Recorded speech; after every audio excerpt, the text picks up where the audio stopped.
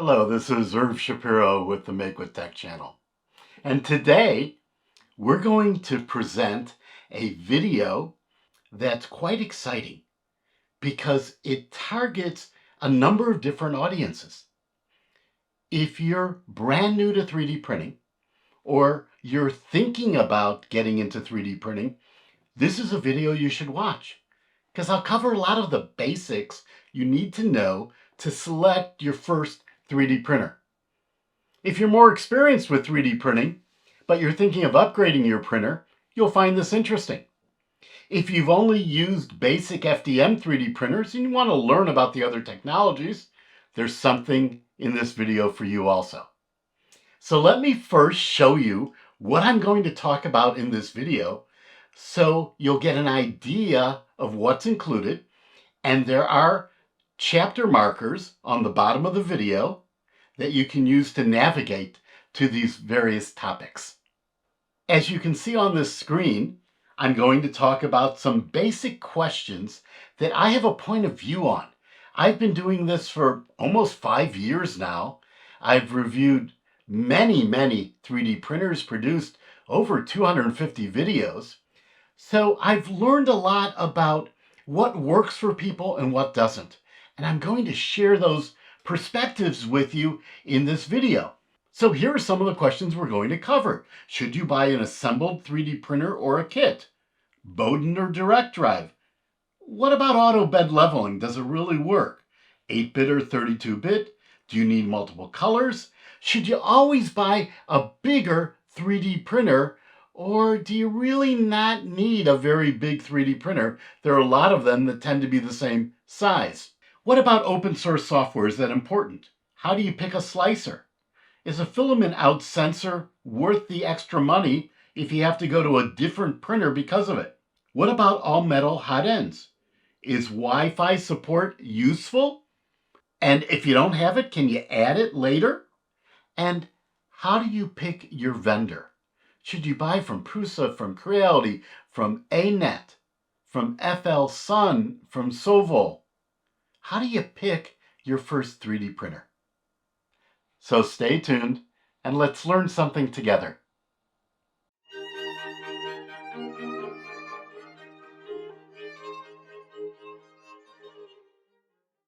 I'd like to begin by thanking all of the subscribers at models.makewithtech.com that helps us support this channel, the MakeWithTech community at forum.makewithtech.com, the MakeWithTech blog at MakeWithTech.com. Models.makewithtech.com is a unique place to go for models to print on your 3D printer. Unlike Thingiverse or Printables or Creality Cloud or My Mini Factory, instead of selecting a ready-to-print model, you select a template. Then you put in parameters right online to customize that model so it's yours, special, just for your print. Let me begin with a statement that might seem bold. 3D printing is revolutionizing manufacturing.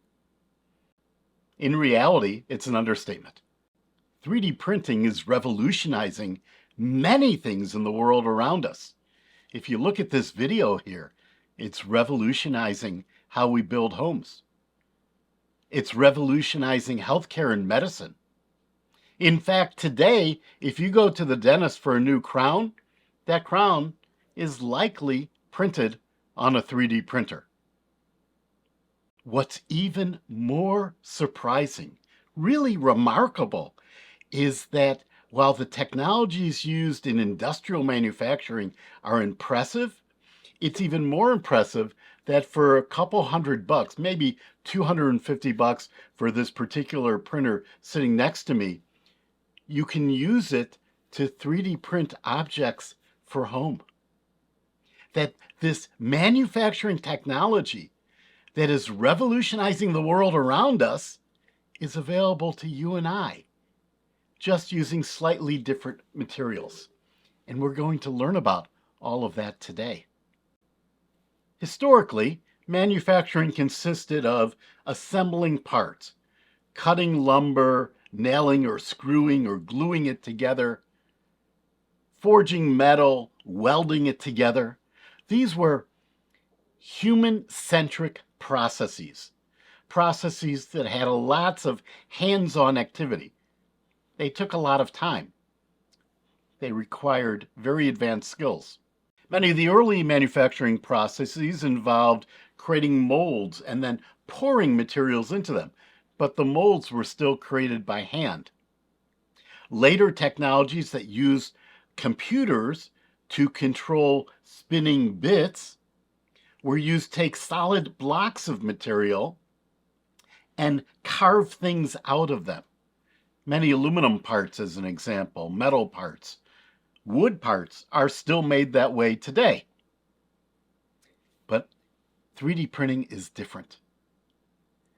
It's different because it doesn't subtract things, it doesn't assemble things.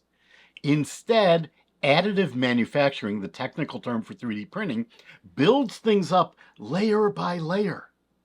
It's very much like building a house, where you put down a layer of bricks, then another layer on top, then another layer on top. This allows us to create unique items that would be more difficult to produce using other processes. Now, I like to think about 3D printing as falling into three general types of machines. The most common machine you'll find at home is a filament-based 3D printer, an FDM 3D printer, which extrudes filament from a nozzle that comes off a reel. Now, in fact, these extruder-based 3D printers can be used to extrude many things. We saw a video just a moment ago about a 3D printer extruding concrete. There are 3D printers that extrude chocolate or cookie dough so that you can 3D print goodies for your family. So extruder-based 3D printers are a relatively simple technology. They can be manufactured for just a couple $100s, and they have another characteristic that's interesting, and that is it is safe to handle the materials. The plastics that come on a reel are not caustic. You don't need gloves. However, just like any process that heats up a material, and in these cases we heat up the filament, we extrude it from a nozzle, they create fumes. That's why in your kitchen it smells good when you're cooking and baking. If you're printing with one of the most common filaments called PLA, it's generally recognized as safe. There are other materials like ABS where you need pretty good ventilation to use them. In general, when using any manufacturing process, woodworking, 3D printing, welding, you should have good ventilation. Now, the next type of 3D printer that I often talk about are resin-based, or in some cases powder-based 3D printing. These work in a very different way, where there's a container of material and a technology used to selectively harden layers at a time on that material. We'll look at that in more detail. And then finally, there are jetting style 3D printing manufacturing capabilities, and those we're not going to really cover today. They're very expensive machines, $50,000, $100,000 or more. They're used in industrial processes that can 3D print layer at a time, metals. They require extensive post-processing. So after you 3D print your object, you put it into an oven, and that oven melts off the support structures and melts together the metal, so you end up with absolutely a solid object. And these metal objects are used in everything from automobiles to rocket ships. So let's cover in a little more detail the first two categories, because they're more likely to be the style of 3D printers you'd use as a hobbyist or a small business. Let's look at this slide. FDM stands for Fused Deposition Modeling. And as I indicated, you take a filament, that's the green here. It goes through a heater block. That's an element that gets to between 200 and 300 degrees Celsius that melts that filament so it can then be ejected out of, extruded is a better term, out of a nozzle.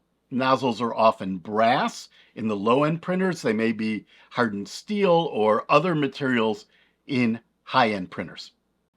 Now, this process is in fact really just a computer controlling something that looks like a hot glue gun. But instead of a stick of glue that you extrude by pulling a trigger step by step, and then you could wait for a layer to dry or harden, you could move up and extrude another layer. This is all being done by a computer. So FDM printing is the most common. And I'm going to skip to the conclusion.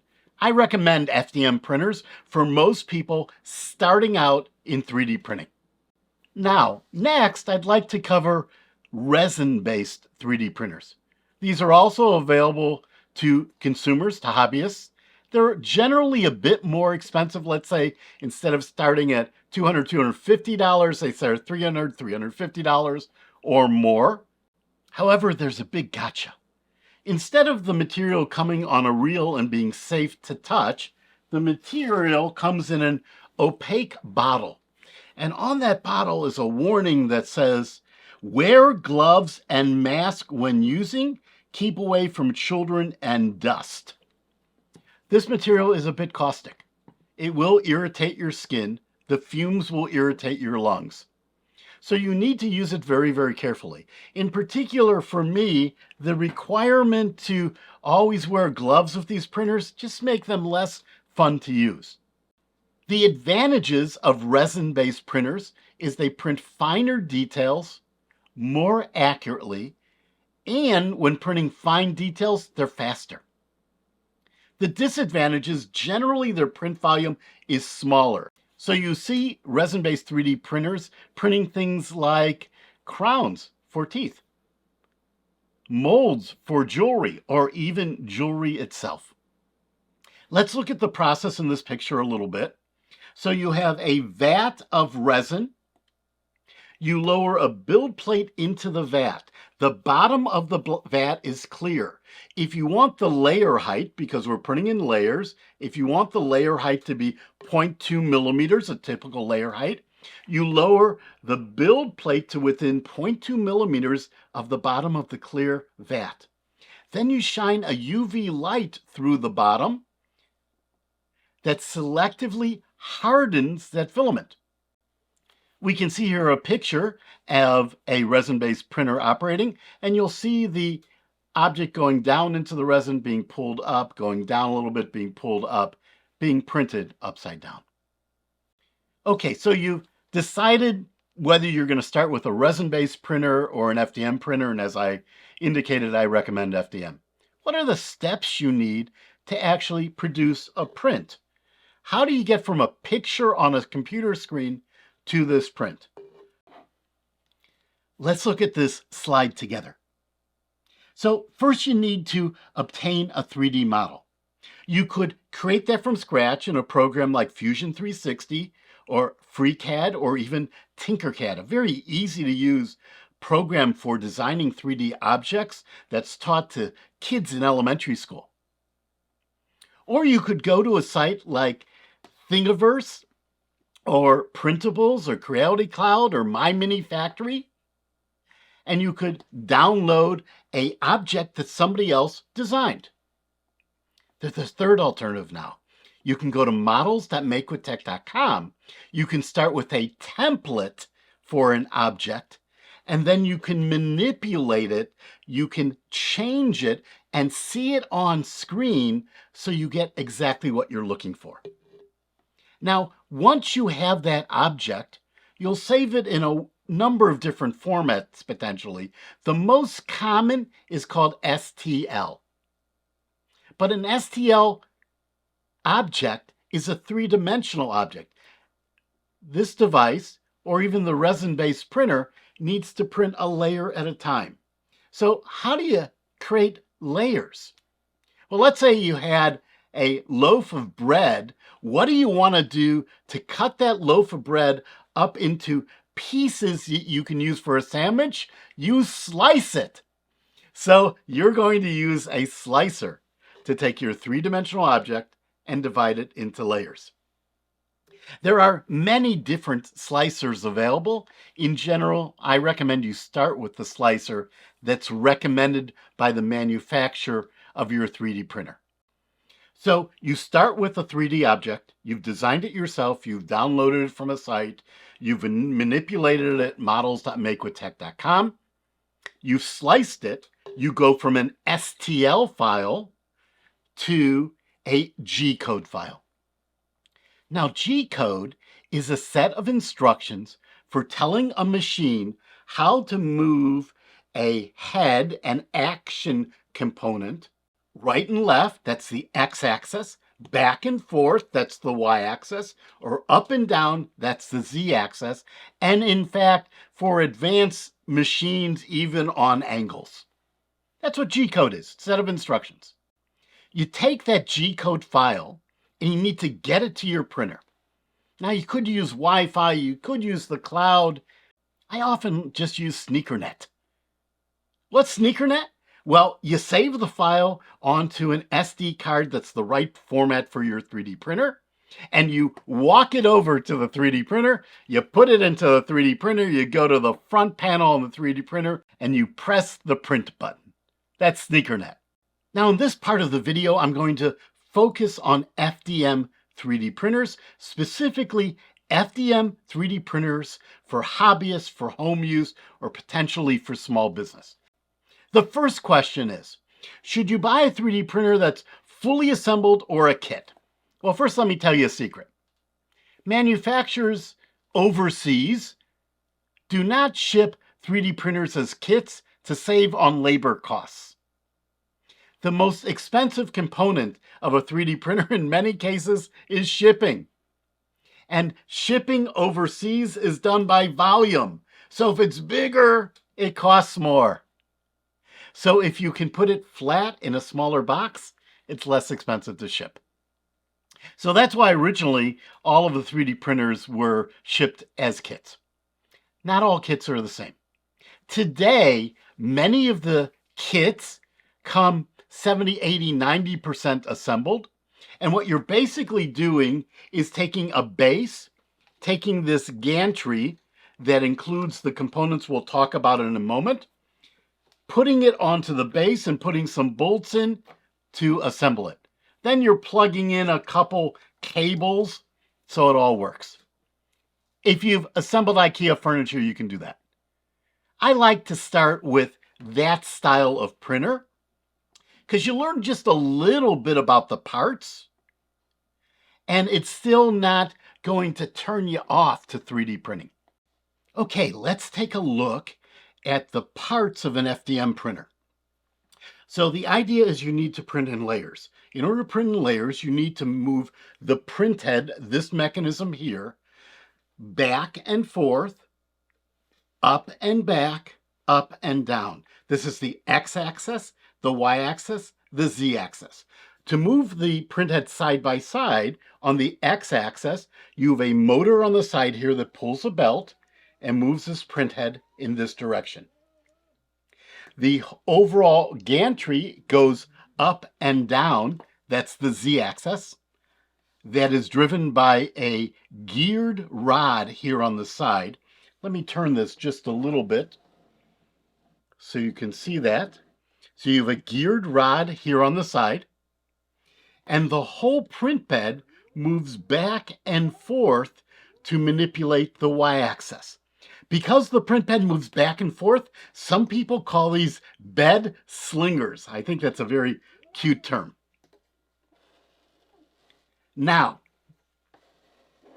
in order to get the filament from the reel on the top to the nozzle, there's a geared motor on the side here that's called your extruder. And I'll show you a picture of that here. The extruder pulls the filament off the reel and pushes it through this tube called the Bowden tube. There are no geared mechanisms in this assembly, which is called the hot end assembly, that actually pull the filament. Instead, the filament is pushed from here over this tube to here. That means that this mechanism can be very lightweight, so you don't need powerful motors to move it back and forth. And when it starts and stops, there won't be too much inertia. It won't cause too much vibration. But it means you're pushing the filament instead of pulling it. We'll talk about that in a moment. Once you push the filament to here, it enters a heating element that melts it, so it will extrude out the nozzle at the bottom.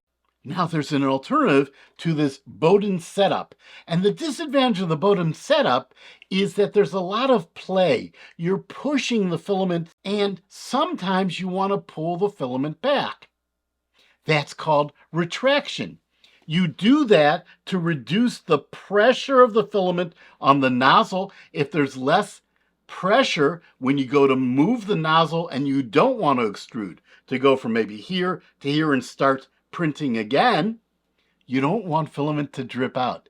Filament dripping out will cause stringing. Now, let's look at this picture together. On the left-hand side, you'll see the Bowden tube setup with the yellow line being the Bowden tube. On the right-hand side, you'll see an alternative setup where instead of the motorized mechanism that moves the filament being back here, it's right here on top of this hot end. That means that this hot end is going to be heavier. You need more engineering to move it reliably, but in fact, you can control the filament movement better. That's called a direct extruder. Now this next picture shows you what's inside here. What's inside here are a couple of areas. You have the nozzle on the bottom. On top of that, you have a heating cartridge and a heating element that melts the filament. You have a thermistor, which is a mechanism that senses the temperature, because you need it to precisely be, let's say, somewhere between 200 degrees and 300 degrees Celsius. But then on top of that hot area, you need a cool area, because you don't want your filament melting inside the Bowden tube. That'd make a mess. Even though these Bowden tubes are made from a Teflon-like plastic so that they're very slippery, you want the filament to be cool up here. So you have a fan on the side blowing into a set of heat fins to cool down that filament. Now on the left-hand side, you'll see this style of hot end, where the tube actually goes all the way down to the nozzle. Now, in fact, that can be the case for both direct extruder and Bowden tube. The advantage of that is tend not to jam very often, because there's no break between where the filament comes in and the nozzle. An alternative is an all-metal hot end. You'll see a picture of that on the right. In that case, the tubing inside is made of metal. The advantage is you can go to higher temperatures. This style of tubing is not considered safe to use above about 230, 235 degrees Celsius. Maybe you can push it a little bit above that. And the reason is this tubing, when it heats up, will also give off vapors or gases. And it will begin to get softer. So to go above about 230 degrees, you want an all-metal hot end. What's the disadvantage? All-metal hot ends tend to drip filament a little bit more, so you get more stringing on your prints. So for most consumers, I would recommend today you start with a direct extruder, because they're available at a lower cost today, but with a traditional hot end. If you need higher temperature prints, you go with a direct extruder with an all-metal hot end. One of the most important things you have to do in order to successfully use a 3D printer is ensure that the nozzle is a consistent distance from the print bed at every point possible. Now, classically, the way you do that on low-end consumer-grade printers is by adjusting the corners of the print bed. But we need to think about the fact that a print bed is a sheet of material. So if I pull this corner down, this corner is going to go up and vice versa. So when you adjust those corners, you need to go around and adjust them multiple times. You can see here in this picture that there are often large knobs under the corners of your printer, or in some cases there may actually be screws on the top used to manually adjust that. In fact, for most entry-level printers, manually adjusting your print bed is just fine. You just need to take the time and have the patience to do it properly. And unless the temperature in your room changes a lot, it's probably not going to go out of adjustment very often. The other thing you need to do, along with adjusting it to make sure it's level, and there are many good videos on this channel about how to do that, is ensure that the distance from the nozzle to the print surface is correct.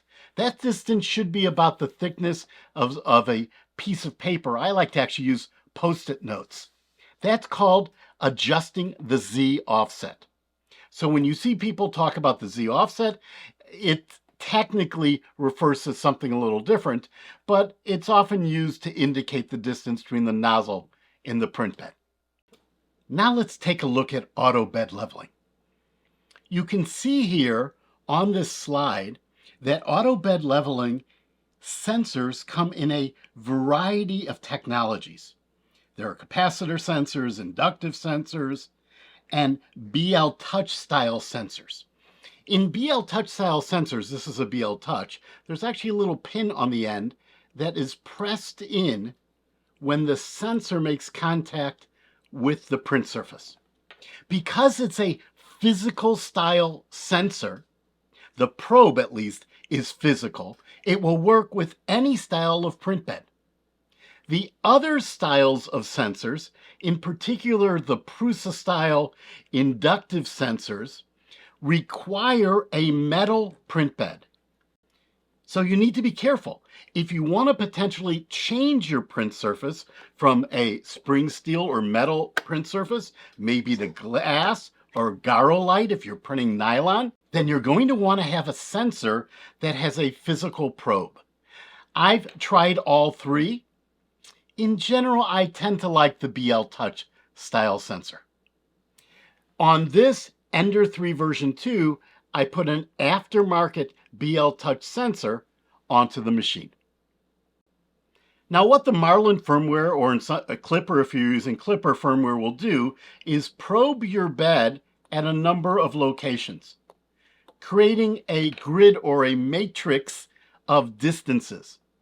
Distances from a known distance where the nozzle would be to the bed.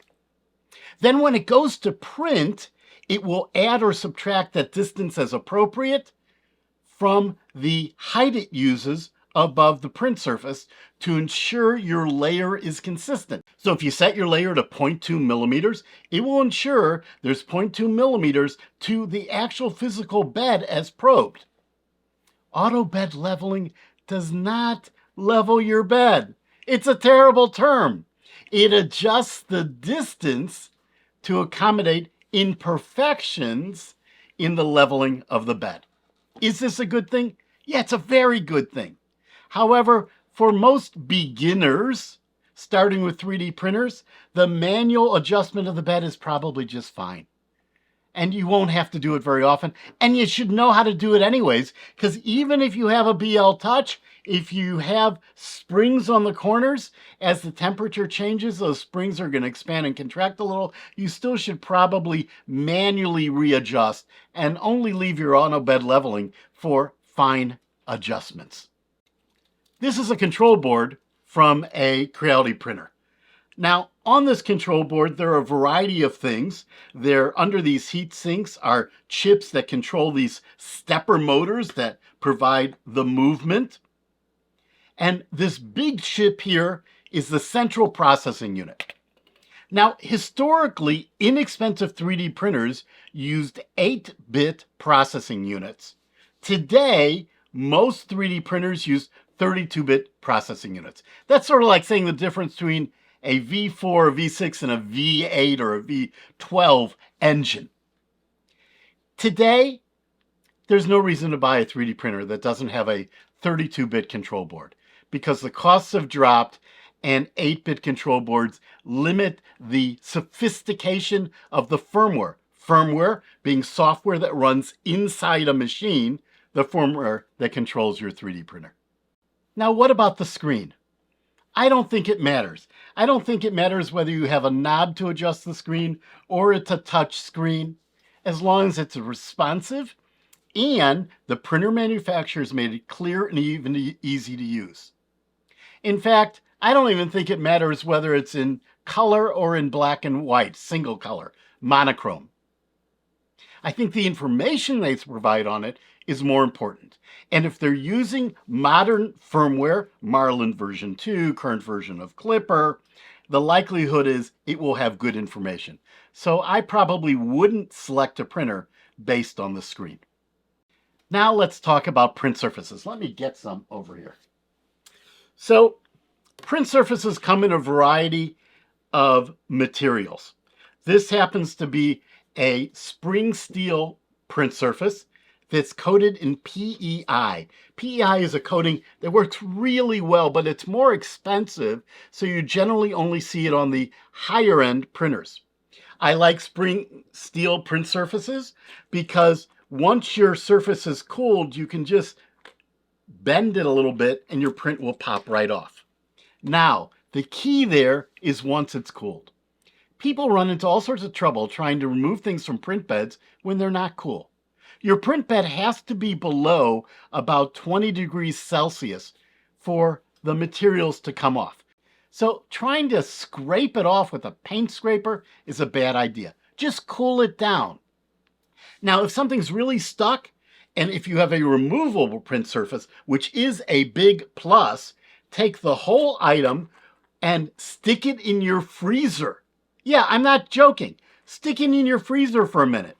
Or alternatively, take a little fan and blow the fan on it for a few minutes. When it cools down, most prints will come off easily, but I do like spring steel.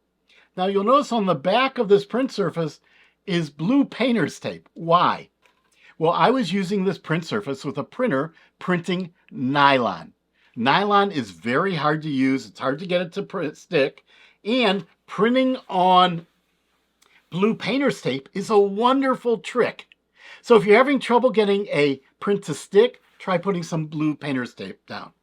There are other types of print surfaces. This happens to be glass with a coating. That's one type. Some people like those.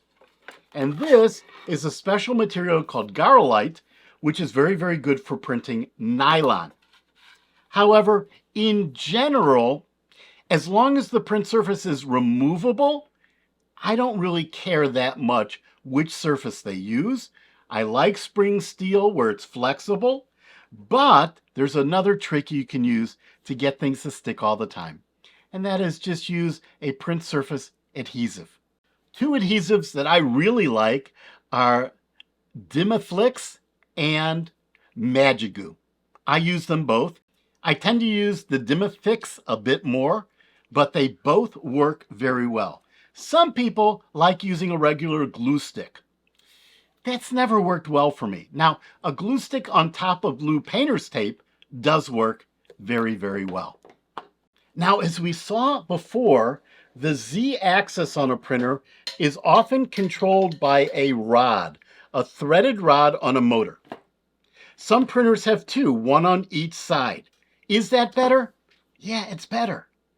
But unless you're using your 3D printer professionally and you need really good precision, or you're trying to print at very, very high speeds, I haven't seen dramatic differences in quality between a single Z-axis and a dual Z-axis. Dual Z-axis theoretically is always better. I just haven't seen the difference in my printers. On this slide, we see two different styles of printers.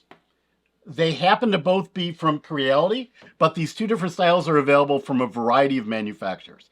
One is the bed slinger, where the print bed controls the y-axis back and forth.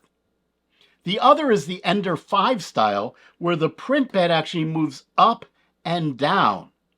So the print bed is controlling your z-axis. The box style Ender 5, to me, aesthetically seems like a better design. And I am a big fan of Ender 5 and the new Ender 5 S1 printers. And in fact, another printer with that style of print bed was the Monoprice Ultimate 2. Now that printer is no longer current. I wouldn't buy one today, but that printer, I really loved that printer. So I like the box style printers with the print bed moving up and down. Once again though, for most things that I print, I can't tell the difference in the quality between a bed slinger and a printer where the print bed moves up and down. Now I'm going to cover a controversial topic: fully enclosed printers. Fully enclosed printers are good for a couple of reasons. One is, theoretically, you can control the temperature, but only if they have the right fans and the right type of heating elements in the enclosure.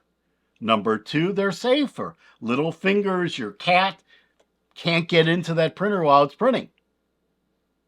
But I don't like them for most entry-level printers, hobbyists, and small businesses. Why? They're just harder to maintain. It's harder to get to the things that you need to adjust. 3D printers have belts and they have gears and they have wheels. They're all gonna need adjustment. Yes, you're gonna need to adjust these things on your 3D printer. And so if it's enclosed in a complex enclosure, in particular an enclosure that's hard to get open, it's gonna make it much harder to maintain that printer. So for most use cases, consumer use cases, I prefer a printer that's not fully enclosed. Now, let's go back to our list and I'll finish up those items that I haven't covered already and very quickly review the items I have covered. Assembled versus kit.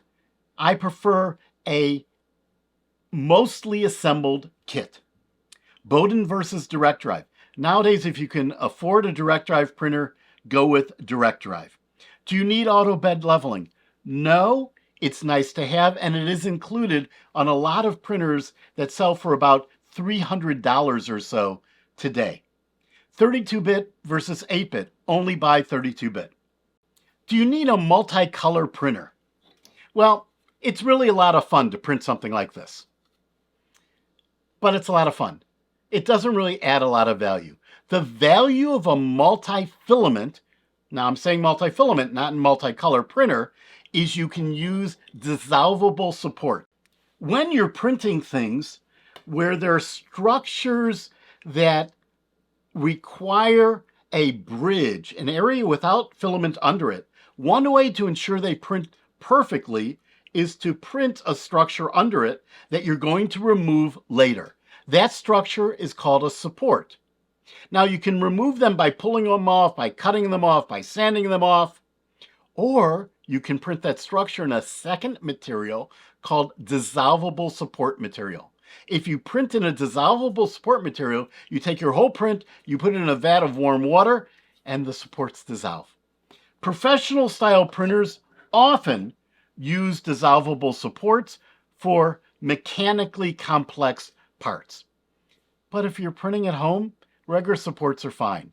So for printing at home, I do not recommend purchasing a multicolor printer. This was printed on a IdeaMaker IDEX printer. That stands for Independent Dual Extruder.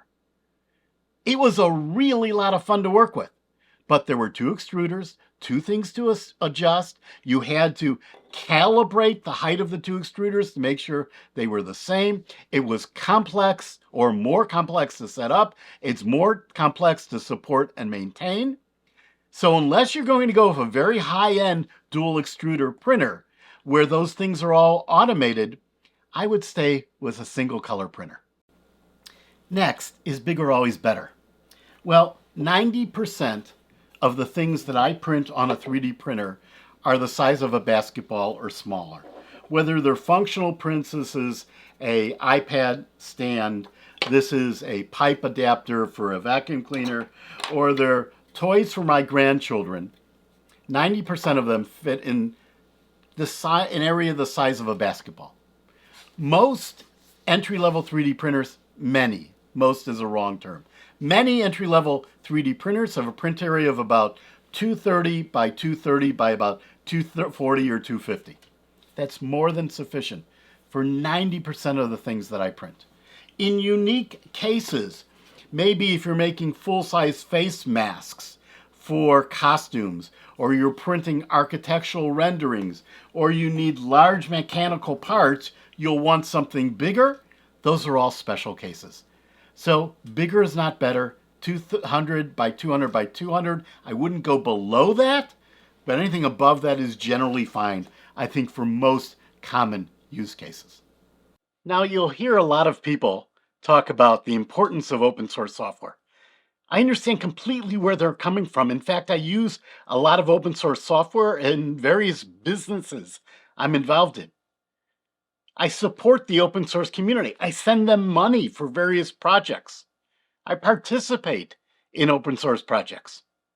But for most consumers, for most hobbyists, I don't think it matters if the software in your 3D printer is proprietary or open source. There's software in your refrigerator, there's software in your car, there's software in your phone. None of them are open source. Now, the issue does get more complicated when a manufacturer includes open source software in their product, but then does not make it open source. I'll leave that to the lawyers. But for most people, I don't think it matters if the firmware, the software inside your printer, is proprietary or open source. The filament comes off a reel, goes through the extruder. What if the filament runs out in the middle of a print? Well, there are things called filament out sensors. On entry-level printers, they really don't work. And I'll tell you why. They will stop the printer when it runs out of filament. But then you're somewhere in the middle of a layer. When you load in new filament, you restart it, it goes back to the beginning of the layer and prints again. So some portion of that layer is going to get a double count, a double surface of filament. You're going to be able to see that imperfection. We talked about all metal hot ends. For beginners, I don't recommend them. If you're printing in special materials, you need them. What about Wi-Fi support? Well, I spoke to you about SneakerNet, where you take your 3D print, you put it on an SD card, you walk it over your printer. For most people, I think that's fine. If you want to add Wi-Fi support to an existing printer, there are a number of ways to do it. You can do it with a Raspberry Pi and open something called Octoprint. There are boxes made by manufacturers like Creality that'll add Wi-Fi to their printers. I don't think it's a showstopper. I wouldn't make my selection based on whether the printer had Wi-Fi. The most important question might be the last one. How do you pick? Well, the first thing you should do is watch lots of videos. Look at the reviews. The second thing you should do is almost every printer manufacturer today has a Facebook page. Go to the Facebook page and read all of the comments. Do people get support from the vendor? Is it easy to get parts? You want to check to see if the printer manufacturer has a parts store that you can order parts from for the country you're living in. So all of these things taken together should help you select the right 3D printer. Well, folks, I hope you enjoyed this video. I didn't make a recommendation of a 3D printer. I use printers from a variety of brands. My favorites right now happen to be from Creality and Flsun, but there are new printers in the market all of the time. If you like this video, give me a thumbs up. Please recommend it to folks thinking about buying 3D printers. Feel free to repost links to this video anywhere you would like. Go to models.makewithtech.com to support the channel and to download customizable models, and let's continue to learn things together.